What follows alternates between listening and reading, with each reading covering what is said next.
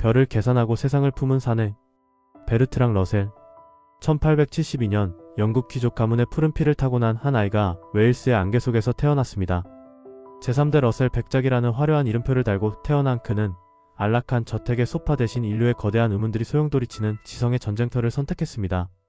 그는 빅토리아 시대의 엄격한 끝자락에서 태어나 핵무기가 인류를 위협하던 냉전의 서슬퍼런 칼날 위까지 무려 98년이라는 긴 시간을 건너온 살아있는 역사였습니다. 베르트랑 러셀의 삶을 관통하는 9가지 강렬한 장면들을 여러분께 소개합니다. 1. 사선에서 추락하는 비행기 속 담배 한 대의 여유. 1948년 노르웨이의 얼음장 같은 바다 위로 비행기가 곤두박질 쳤습니다. 동승했던 수십 명의 생명이 차가운 심연 속으로 사라지던 그 아수라장 속에서 76의 노철학자는 거친 파도를 가르며 스스로 헤엄쳐 무트로 올라왔습니다. 구조된 직후 온몸이 젖은 채 떨고 있던 그에게 기자가 생존의 비결을 묻자 그는 젖은 안경을 닦으며 무심하게 대답했습니다.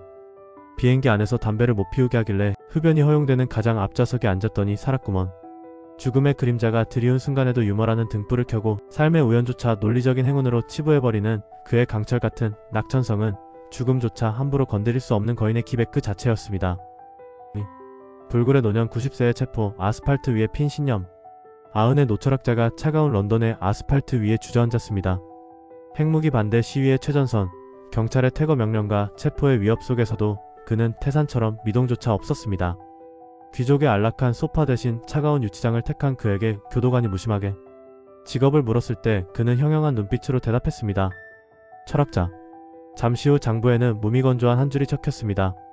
철학자 읽고 쓸 줄 아는 자. 가장 고귀한 지성이 세상에서 가장 낮은 곳에 장부에 기록되던 그 순간 그가 내뿜은 정신의 불꽃은 이 세상 그 어떤 화려한 권위보다 뜨겁게 타올랐습니다.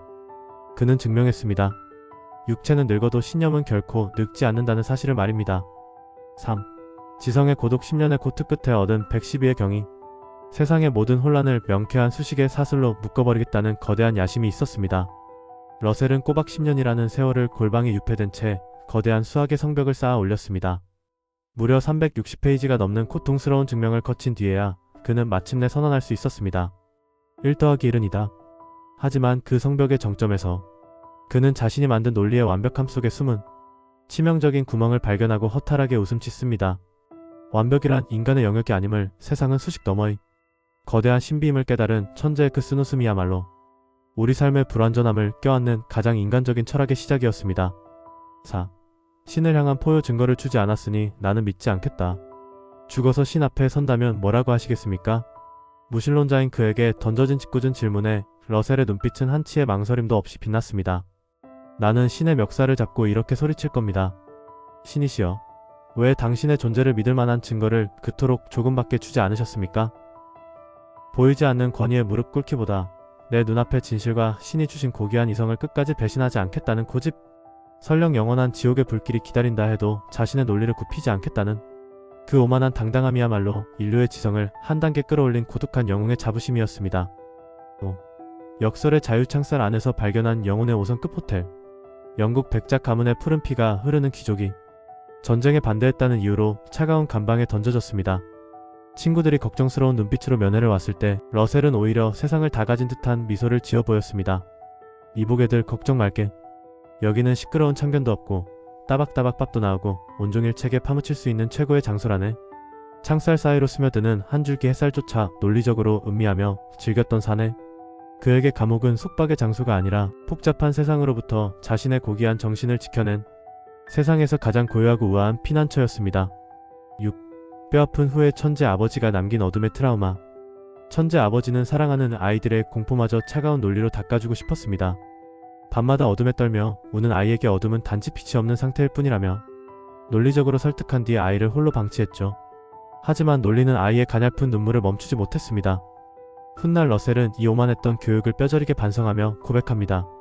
인간에게는 차가운 이성보다 따뜻한 심장의 온기가 먼저 필요하다.